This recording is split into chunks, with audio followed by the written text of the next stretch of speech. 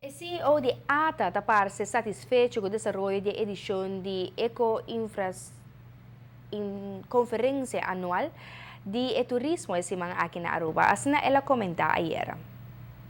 Muy satisfecho, muy orgulloso del equipo también que trabaja duro para hacer que nos tiene la 27 edición de CATA, pues a base continua Aruba ha sabido segura atención no solamente del mercado, pero también en conferencias en el mercado de Latinoamérica.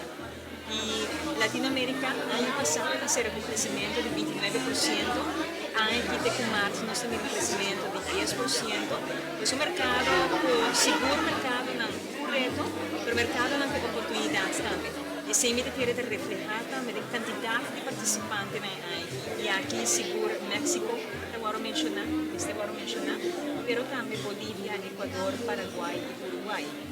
México nos tiene bastante operador presente, pues estamos muy contentos por seguro esa que está mercado nuevo, negocio nuevo para Aruba y nos está contento por de mira el next summit que estamos presente. Y ya, de manera siempre, durante la conferencia, nos tomamos oportunidades para seguro para que tomar otra cosa muy importante.